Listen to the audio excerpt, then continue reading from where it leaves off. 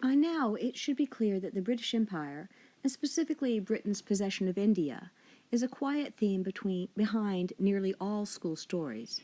Eric, for instance, was born in India and subsequently sent to England to be reared away from his parents. Sarah Crewe has the same basic life story. England is where English children should be raised and go to school, so her father brings her to Miss Minchin's when she is 7.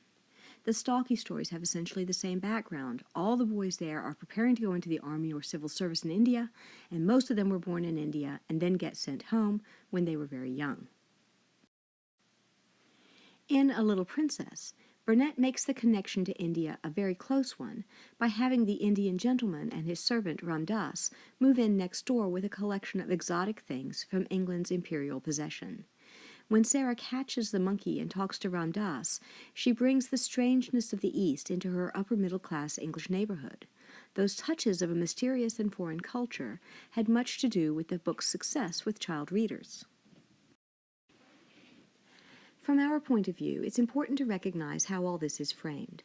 As I've talked about children being sent back to England from India, for example, I've often used the word home in scare quotes. Home is indeed the word that English families would have used to describe England, but for their Indian-born children who were being separated from parents and everything familiar, England would have been nothing like home. Remember, too, that these children all had many servants in India and would have been cared for by an ayah. In England, they would have all had nannies, who would have been the primary caretaker of the child. Families like the ones in India, as part of the Raj, had limited contact with their young children. In fact, one rationale for sending children home to England was that Indian servants were too likely to spoil the children. But of course, the situation is even more complex than I've just described. Why did Anglo-Indian children have so many servants? And why did parents fear ayahs would spoil children, but have no worry that a British nanny would? Of course, it's all about race. As the British extended their tentacles in India, they subscribed more and more to a belief in their racial superiority over the indigenous people, natives in British parlance.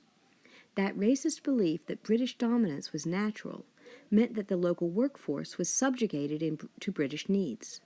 It also meant that indigenous servants had to show substantial deference to their British employers, who they addressed as Sahib or Lord and Mem Sahib or Lady. At home, the Anglo-Indians could be just regular Mr. or Mrs., so being able to literally lord it over the Indian people was probably a thrill. And that's not all. Edward Said has written in his book Orientalism about the way the East was thought of in British culture. We can start with terms like the East or the Orient, which are synonymous, and which posit England as the center of the world, the reference point from which things are designated east or west.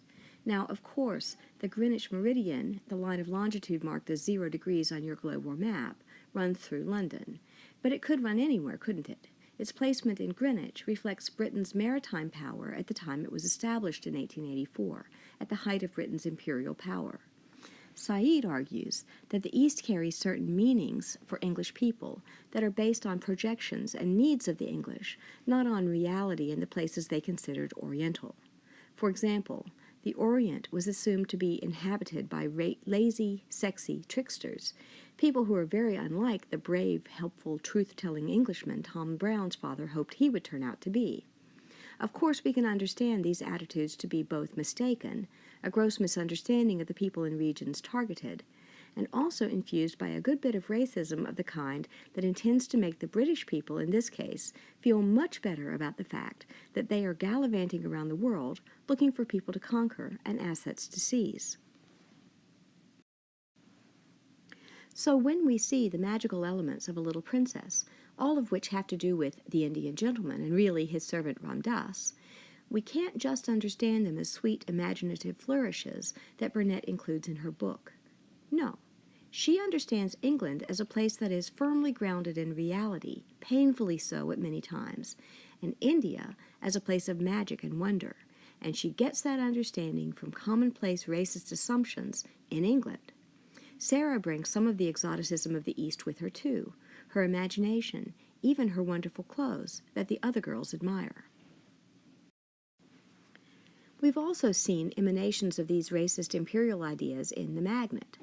Hurry Jamset Ram Singh a name that must have sounded exotically Indian to Charles Hamilton, is a member of the famous Five and one of Harry Wharton's best friends at Greyfriars. He is close enough that Wharton's home is also his home during school holidays. And yet, it's clear that a main purpose of Inky is to provide comic relief through his mixed-up speech. You've seen plenty of examples of that so far. Hamilton takes his one joke and runs it into the ground. Hurry Sing is presented as too dense to ever learn English idioms or to adapt his speech to more or less standard English, despite the fact that he is being educated in England. And in the Four Masters' Favorite, when we get the Greyfriars celebrity's portrait of Inky, I think we can all agree that the racism is very overt and hard to take. Here, we learn that although his skin is black, he's white as white beneath the bark. He is offered to readers as valuable because he is a prince in India and because he's good at sports, especially cricket. Of course, his nickname, used by all his friends and accepted happily by Hurry Sing, is also flatly racist.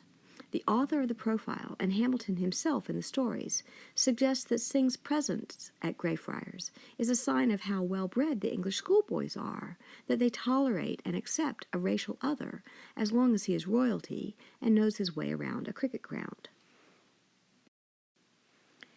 I've asked you to watch the 1995 Alfonso Cuarón version of A Little Princess for this week's class. That's because of one particular choice the director and casting team made, to have Becky played by an African-American actress. This choice does make sense. Making Becky black is a way to translate for American audiences the vast class gap between Sarah and Becky in the book. There's a reason Becky keeps calling Sarah Miss after they are both overworked servants living in Miss Minchin's attic. But of course, it changes the vector of race and class that exists in the book, invoking American racism to explain class difference. In doing this, it elides the Orientalism of the book. But Orientalism is still prominent in the movie, appearing throughout the film in the story of Rama that Sarah tells. Indian scenes are exotic, verdant jungles with storybook buildings and animals. In preparing for your midterm this week, see if you can connect themes we've been exploring during the semester. Tracing Orientalism through the text outlined here, for example, will provide you with some examples of ideological thought in school stories. You might also think about themes of gender and class, again tracing them through the text we've read this semester.